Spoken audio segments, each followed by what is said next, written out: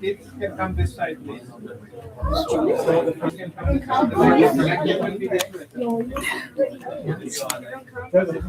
बच्चे देखेंगे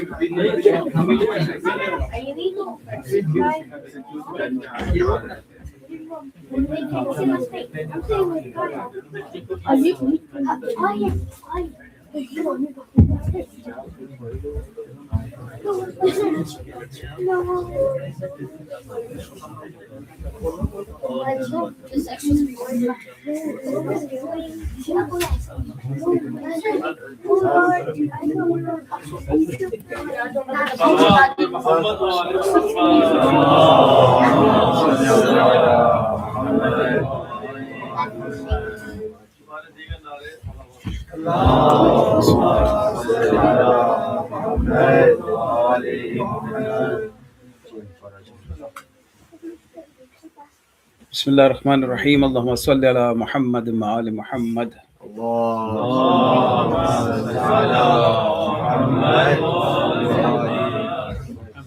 بسم الله الرحمن الرحيم الحمد لله رب العالمين الرحمن الرحيم مالك يوم الدين إياك نعبد وإياك نستعين اهدنا الصراط المستقيم صراط الذين أنعمت عليهم غير المغضوب عليهم ولا الضالين الحمد لله رب العالمين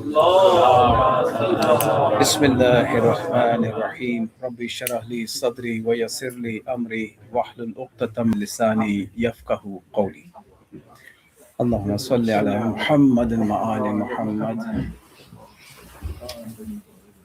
इधर से उनको नजर नहीं आ रहा something want to see.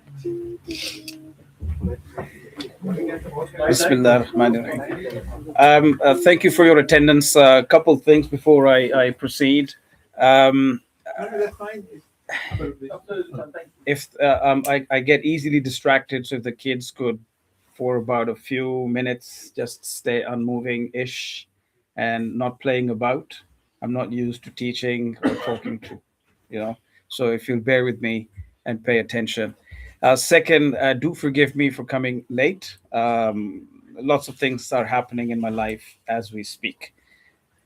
I'll spare you the details. Number three, I lost my preparation that I had while switching my phone because I was doing on the stuff on the go over the last few days on storing stuff in my WhatsApp, and I lost all of that, so I had to prepare again.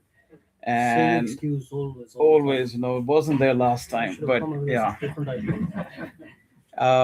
What was I going to say? You just made me forget what I memorized. One thing I memorized, you've made me forget. The other thing is that whatever I might share with you, I'm not prepared like in the sequence that I would know I would want to. But let's see how it pans out. Second, if I make any mistakes, it's or the onus is entirely on me, and do forgive me. But what I would always like to say is that please do go ahead and go on to do your own research and make up your own minds. Any mistakes I might make, I repeat, are entirely mine, and do forgive me if there is any misguidance which is not intended. So the title of this talk, lecture, majlis is a thing called magic. Yeah, I should have said about the adults too, right? It's called a thing called magic.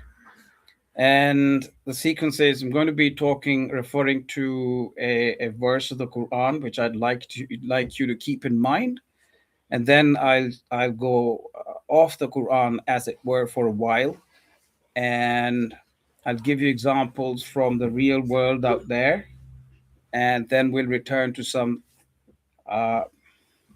information about the Judaic story, as well as then return to the Quran. That's the verse I want you to keep in mind. I was told that it should be for the kids. I hope it is, and then vice versa as well. I hope the adults can take some advantage out of this talk as well. Can I ask for a salawat? And whenever you do that, please remember.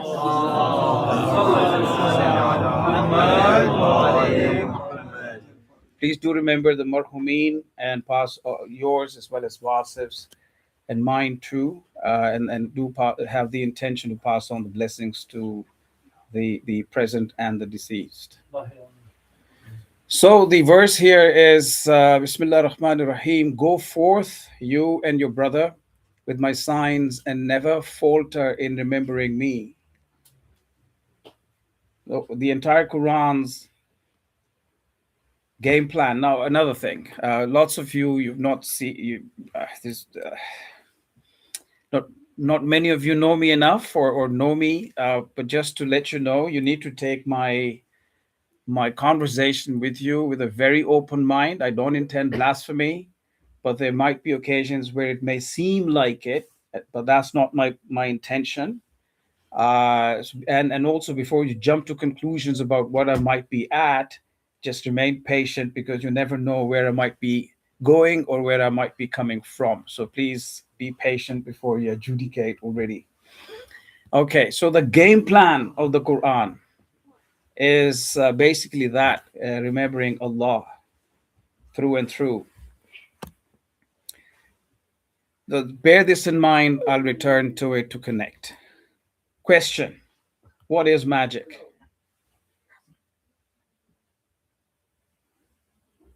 Abracadabra. And what does that do? That's just the.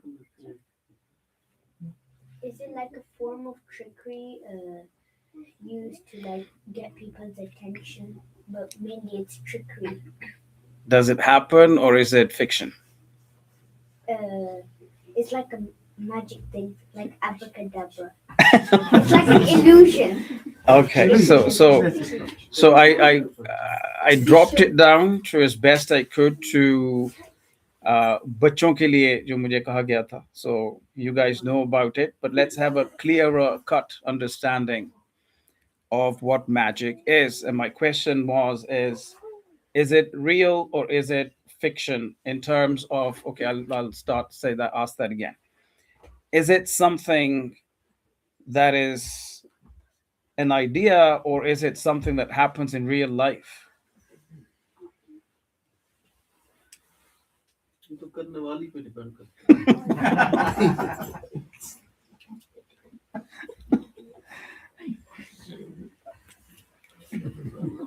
Speechless.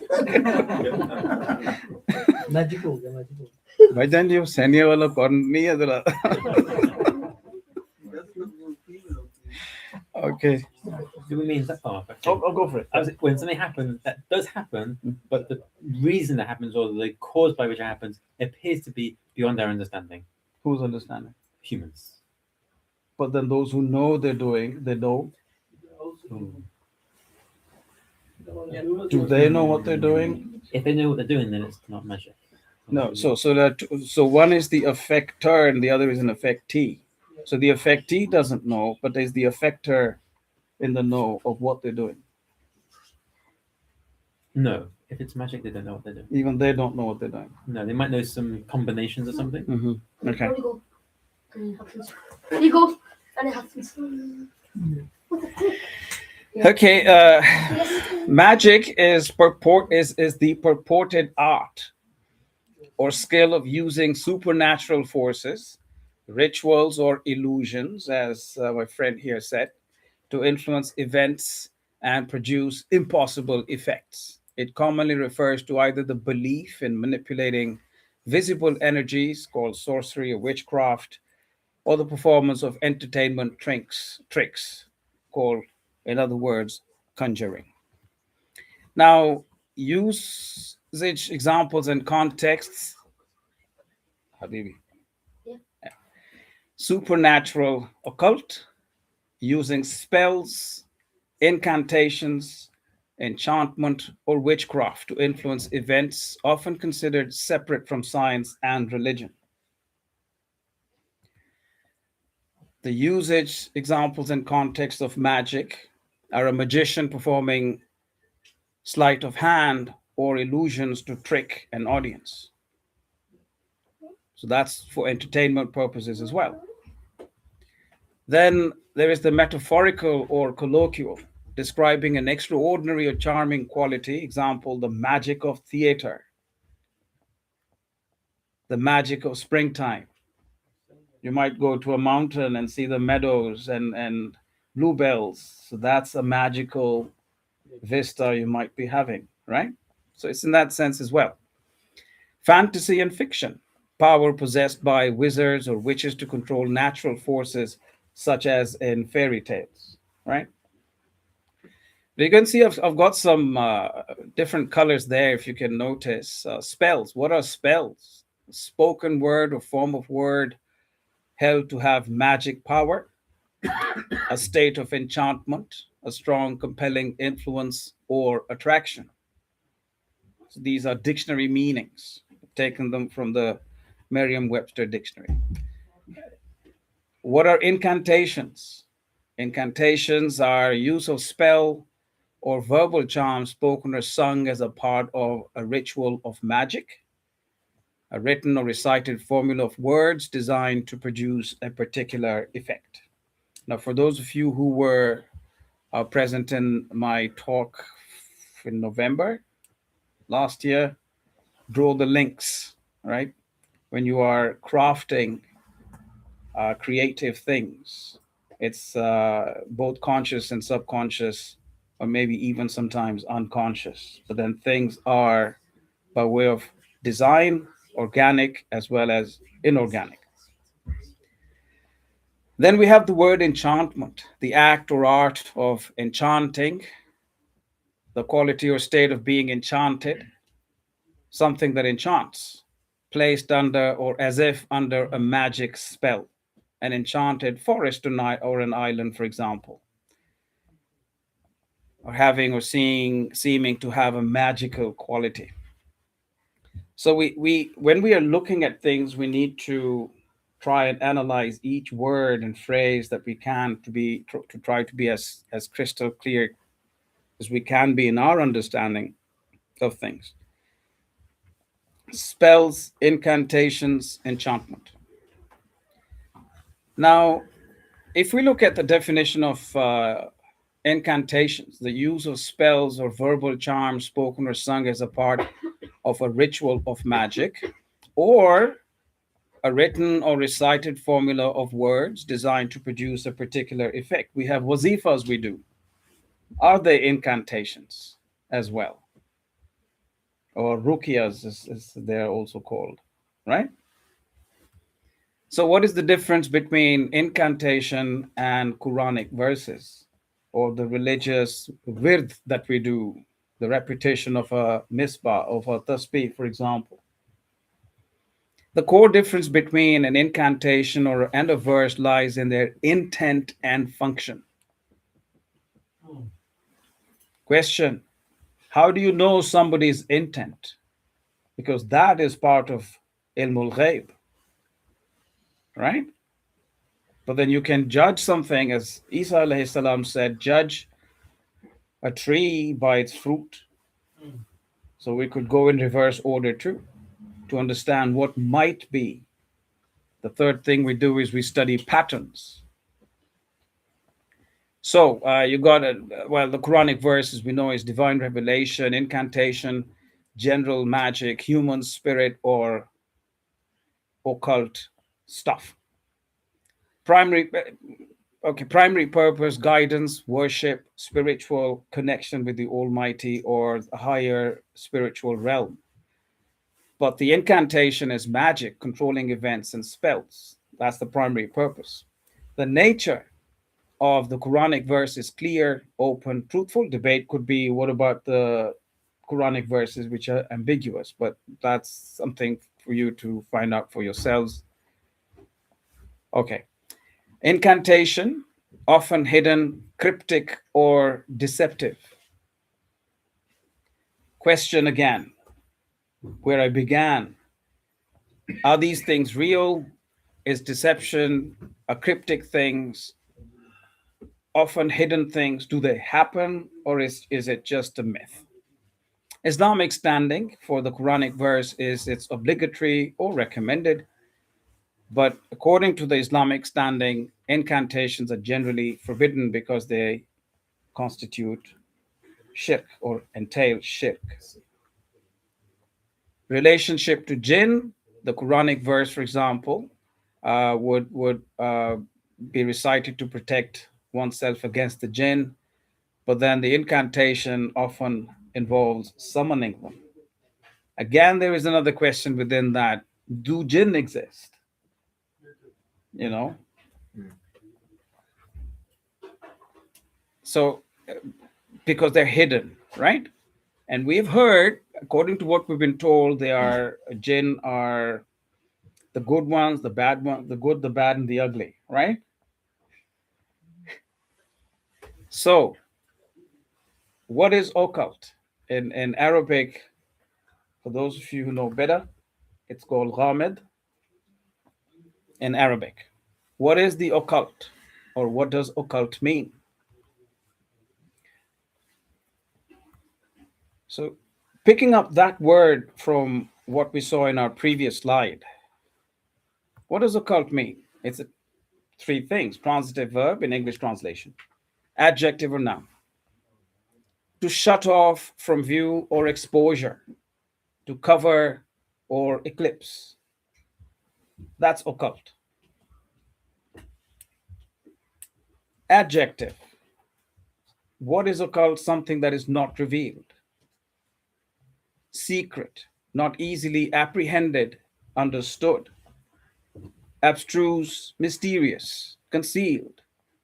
Of or relating to supernatural or super normal powers or practices or the knowledge of the same. Not manifest or detectable by clinical methods alone. As a noun, when you've heard about the occult, that's when it means matters regarded as involving the action or influence of supernatural powers or some secret knowledge of them. Knowledge of the occult, for example, or the occult.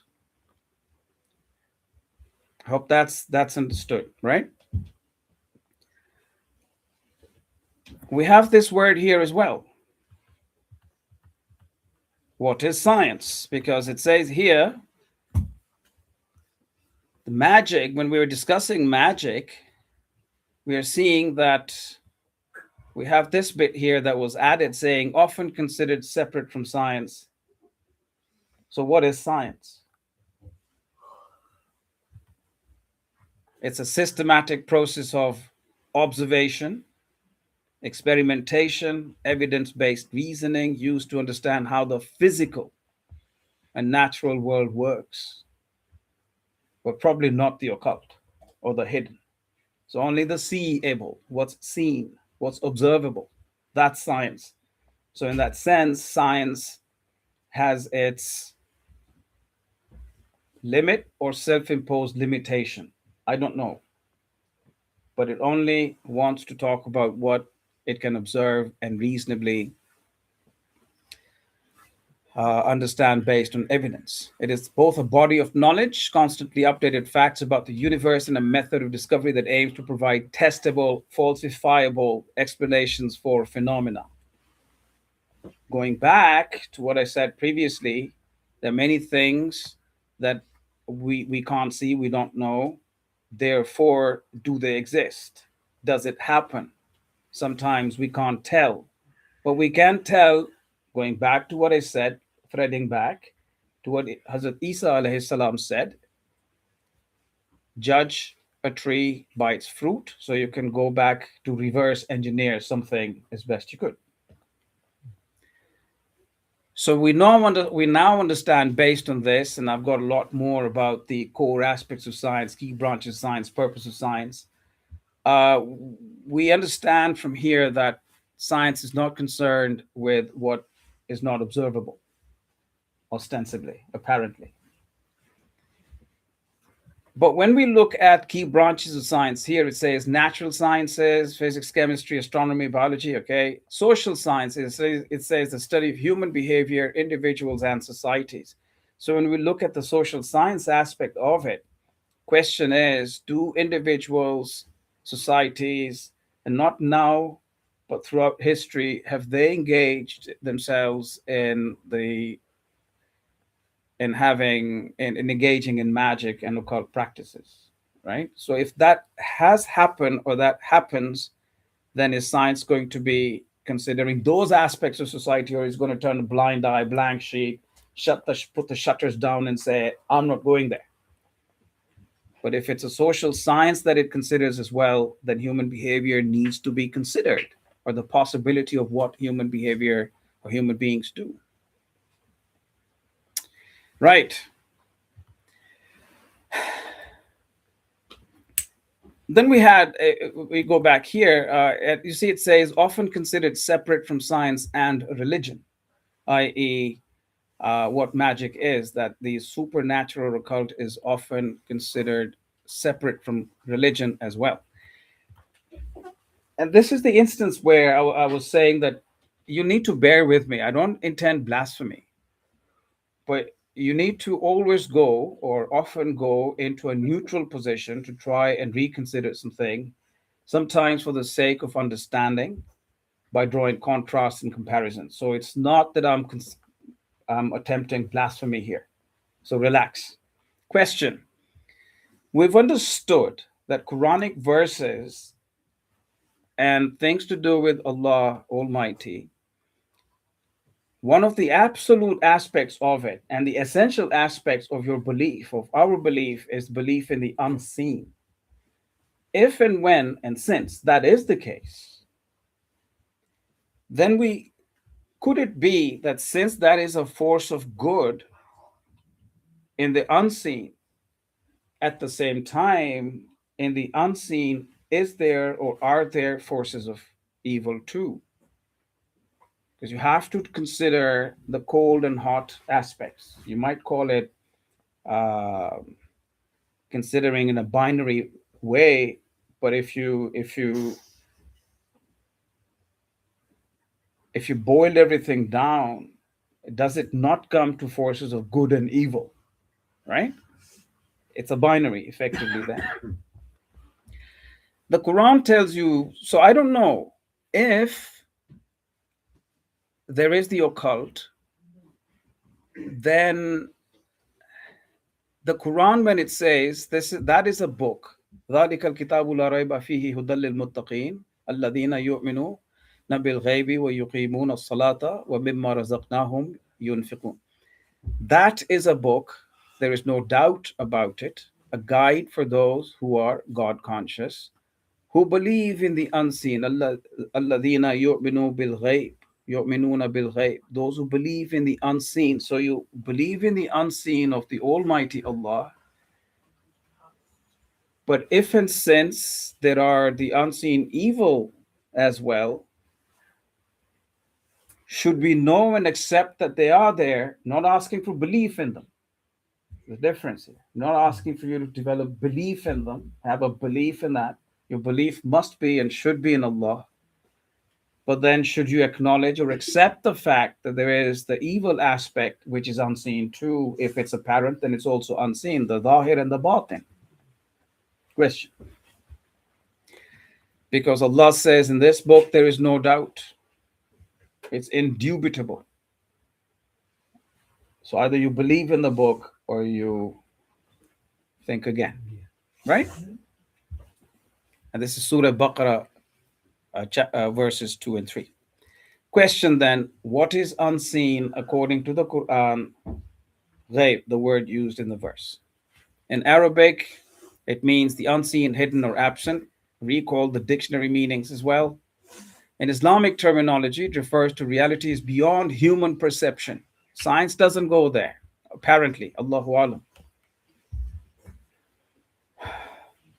Beyond human perception, senses, and comprehension, such as Allah, angels, the jinn, the afterlife, and future events. It contrasts with shahada, what is witnessed. That's what science is concerned with. Now, the core aspects of ghaib, the unseen realm, refers to, where's my friend? Metaphysical realities, including God, angels, paradise, hell, and destiny. I just used the word metaphysical. Hidden knowledge, information concealed from humans, including the exact time of the day of judgment, future happenings and secrets of the heart. Like I said, what you know about anybody's intentions, right? That's part of the hidden knowledge as well, the part of ghaib. So that's part of absolute ghaib. So al-ghaib al-mutlaq and al-ghaib al-nisbi.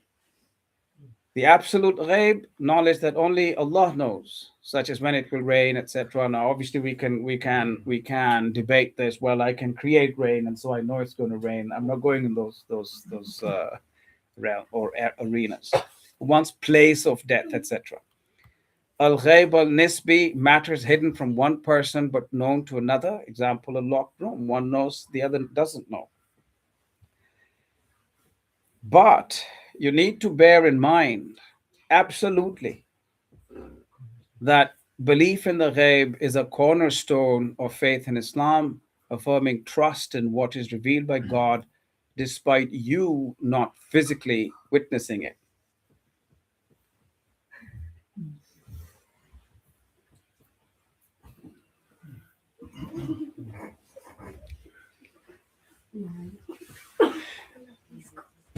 Okay, so according to Quran, let's go back, and for those of you here, so you need over time, if this continues to happen, you'll need to draw links with my talks.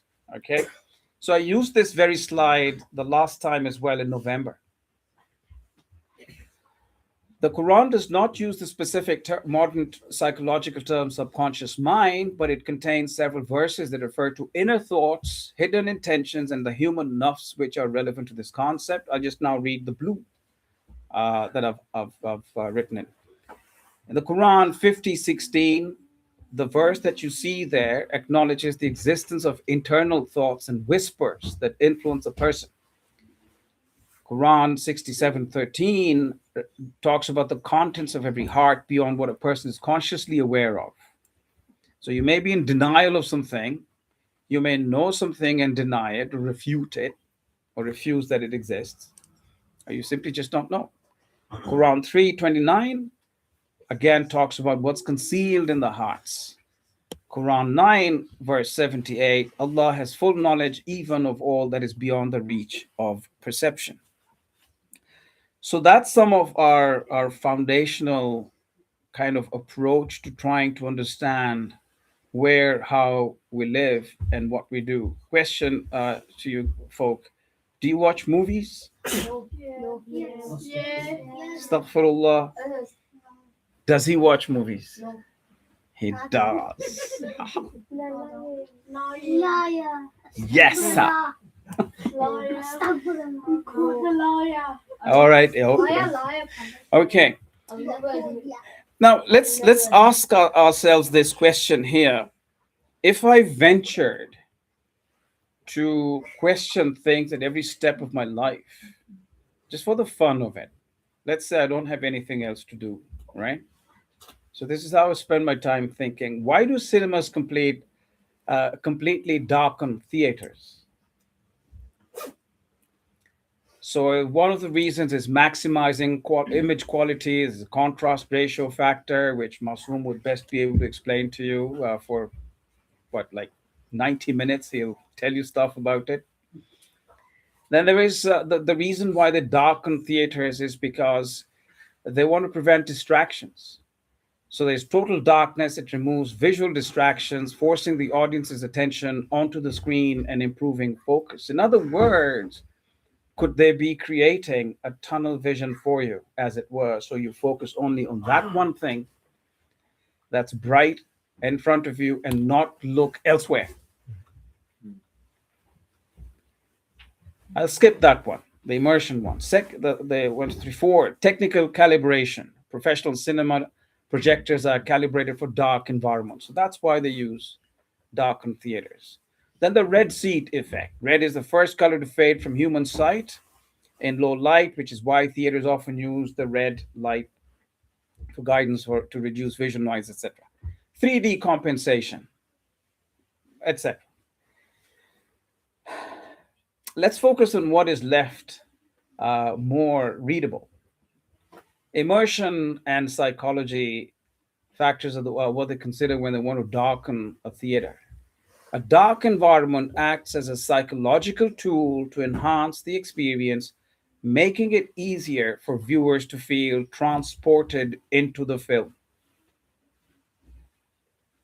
Often you might have heard and you're told you live in a simulation, and you're like, whatever they're on about, find whatever they're on about. If you believe in the Quran keeps telling you this world is an illusion. Imam Ali alayhi salam said it too. This world is like the shadow of a cloud. Just imagine, just register that at some point. This world is like the shadow of a cloud. What is a cloud? It's in itself is pretty much a nothingness, vapor condensed and whatever. And then a shadow of something like that. That's what Imam Ali is saying this world is akin to.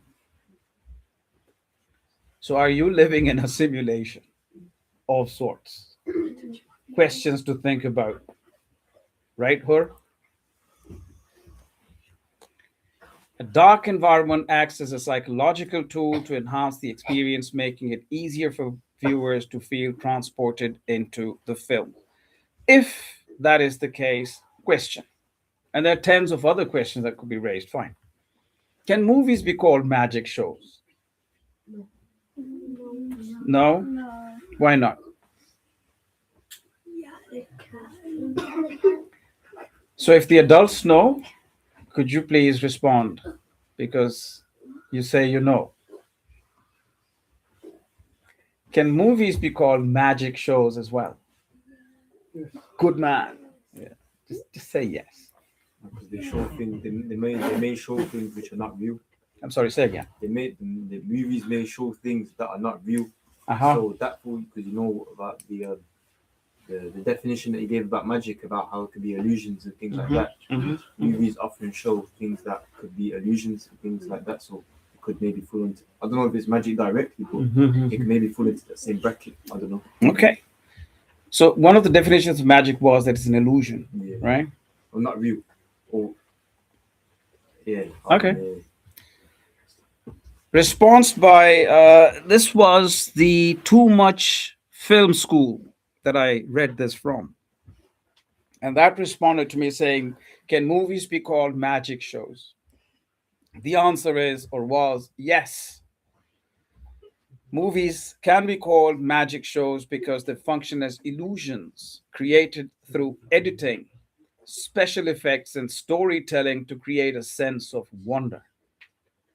They share the same core elements of showmanship, suspense, and deception. What was that word? Deception. As stage magic, focusing on the difference between what is real and what is seen, observable, be it subtle or not, easily discernible, easily tellable or not, right? So continuing with our title slide, can movies be called magic shows? Here is why movies, what's your name? Hassan. Like Hassan, my namesake, says, here's why movies and magic shows are closely related. Again, according to Too Much Film School. A trick of cinema. Filmmaking is a form of illusion where directors hide the strings, camera tricks, CGI, awesome stuff, to make the impossible feel real. Similar to how magicians use misdirection and techniques to create illusions. Sleight of hand. Oh, they have to say in Punjabi, I believe, Sajji kha ke kabhi marni, something like that, right? That one. Suspension of disbelief. Just like a magic show, movies require the audience to willingly suspend disbelief to enjoy the experience, even though they know it's not real. Now, you might be thinking, where am I going with this? Why are we doing this? Why are we invited for this kind of a talk here? Do some lateral application. How many times have you often found yourself willingly disbelieving a fact that you stare on the screen in your real life out there experience? politicians, politics, etc. And you have this willing suspension of disbelief. My vote will make a big difference. When you know, if you know that it's often rigged. That's why we're doing this, all right? Movie magic. What? We're waiting for the Nihari man. Wait, what? What? That's Movie magic. The term refers to the power of film. It's a magic never. I'm sure it will be. If it's by, where is Wasif? Is he here? Well, what's the point? I won't say it. Now, he's not here, so I can't say it. Magic never can be. Well, it will magically turn to Halim then. Okay. Movie magic. Let's come back here, people. I know it's very interesting. I'm a boy. You're identifying yourself correctly. Congratulations. Movie magic. The term refers to the power of film to transport audiences, create awe, and perform feats like rapid translocation or vanishing that rival live magic performances. So the real difference, or the essential difference between a magic show and a movie, is that it is recorded. Movies are. Magic shows are like live performances. But in essence, pretty much the same thing. So theatrical performance, movies often, as I've just said in summary, all right, where directors and actors perform for an audience, focus on suspense of what will happen next. Shared techniques are as follows. Both movies and magic shows. Now this is where it's going to get interesting. It's going to get interesting here. Watch. Both movies and magic shows often involve a reveal or a revelation of how a trick was performed, especially in movies that focus on con games. You know, con man, con games, or obviously magicians. Now, is this all about me basically telling you, or is this your parents' collaboration with me to tell you guys not to spend time on the TV, movies, etc., cartoons and things like that? Is it there in my collaboration? Because that's what you could scream. Oh, come on, we're already entertainment starved, etc. Again, this is from a previous talk that I delivered here. Remember that the Quran, which is our purpose and reason and our source of knowledge and wisdom, the kitab called Hikmah, a book of Hikmah, right? Al-Quran al-Hakim is the reason why it's called that.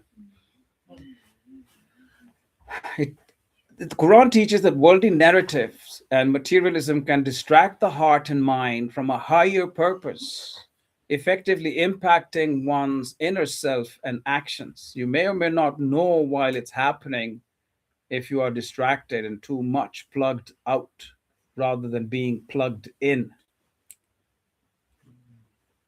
So it describes the life of this world as an enjoyment of delusion and encourages reflection on the temporary nature, its temporal natures. Several Quranic verses address how worldly pursuits, which can be likened to captivating but fleeting stories, can divert attention from eternal truth. For example, Iman bil Ghaib.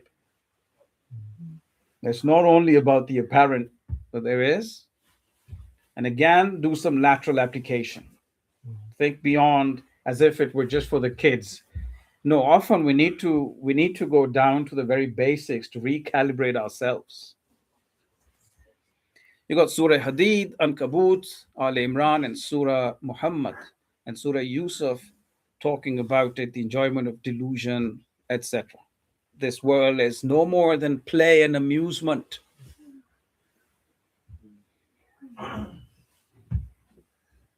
Now, here is something for the young and adults alike, especially you guys, all right? Your age should be reading these books by now.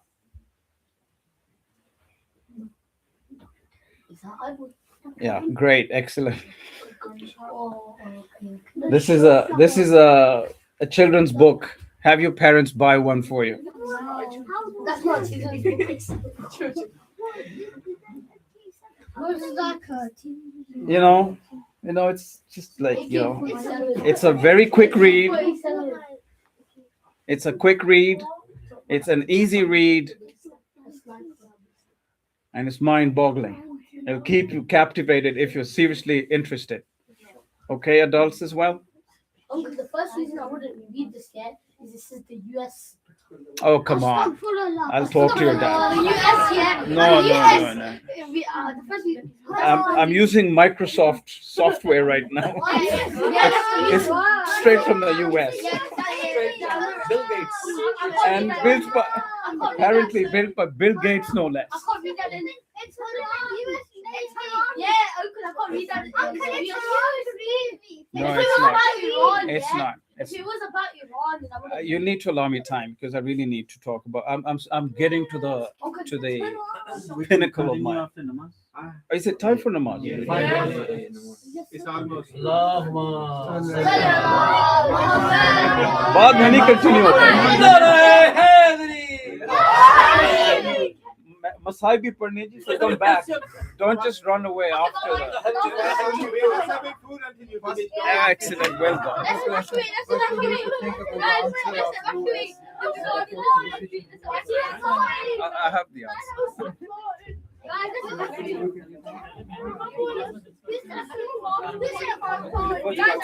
Sorry? Science में कुछ add किया है कि science में अभी capabilities नहीं है to know those things.